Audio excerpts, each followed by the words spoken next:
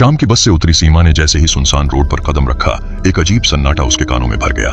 पगडंडी पर चलते हुए वो अपने नए किराए के घर की तरफ बढ़ रही थी, दिल्ली से दूर एक छोटे पहाड़ी कस्बे में, जहां वो शांति और एक नई शुरुआत ढूंढने आई थी। घर पुराना था, लकड़ी की छत और टूटी खिड़कियां, मगर सीमा को कुछ सुकून सा महसूस हुआ। किराया बहुत कम था और मकान मालिक ने जल्दीबाजी में चाबी थमा दी थी, जैसे वो घर से जुड़ी कोई बात बताना नहीं चाहता हो। पहली रात सब कुछ सामान्य था, सिवाय एक चीज के। सीमा को सपने में एक औरत दिखी, सफेद साड़ी में, लंबे काले बाल और एक भयानक बात, उसका चेहरा।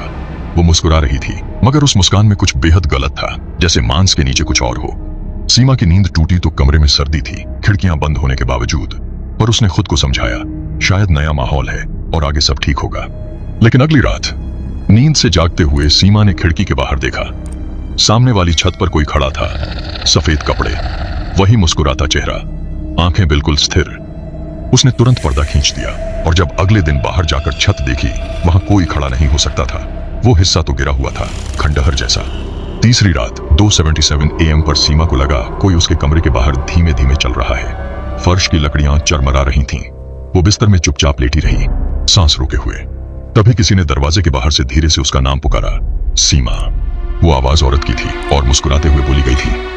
सीमा ने साहस करके दरवाजा खोला, पर बाहर कुछ नहीं था, सिवाय एक अजीब गंध के, जैसे कोई पुरानी चीज सड़ रही हो। अगले दिन जब वो बाजार में दूध लेने गई, उसने दुकानदार से पूछा, इस घर में पहले कौन रहता था? दुकानदार कुछ पल चुप रहा, फिर धीरे से बोला, उस घर में एक औरत रहती थी, अकेली, बहुत सुंदर। हर कोई उसे हंसती औरत कहता था, क्योंकि वो हर वक्त मुस्कुराती रहती थी, जब तक उसने खुद को नहीं जला लिया। सीमा का दिल डूबने लगा। क्यों? उसने पूछा। दुकानदार ने सिर्फ कंधे उचका दिए। कहते हैं, वो कहती थी, अब कोई मुझे प्यार नहीं करता तो मैं वहीं रहूंगी जहां कोई मुझे भूल न सके। उस रात सीमा ने जाने की कोशिश की, मगर उसके बैग में रखा पर्स, चाबी, सब गायब था। और फिर उसी समय वॉशरूम से हंसी की हल्की सी गूंज आई, वही मुस्कान भरी आवाज, सीमा तुम भी तो अकेली हो ना? दरवाजा अपने आप बंद हो गया। सुबह सीमा की रुमाल और फोन बरामदे में मिले, लेकिन खुद सीमा नहीं। पुलिस आई, तहकीकात हुई, मगर कोई सुराग नहीं मिला। आज भी उस घर के पास से गुजरने वाले लोग कहते हैं, ऊपर की खिड़की में एक औरत को खड़ा देखा है, वो मुस्कुरा रही होती है।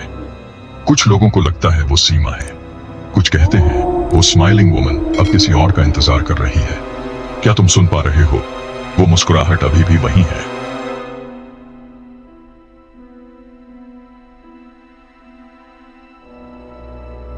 वीडियो अच्छी लगी तो कमेंट जरूर करना और आगे देखने के लिए चैनल को सब्सक्राइब कर देना।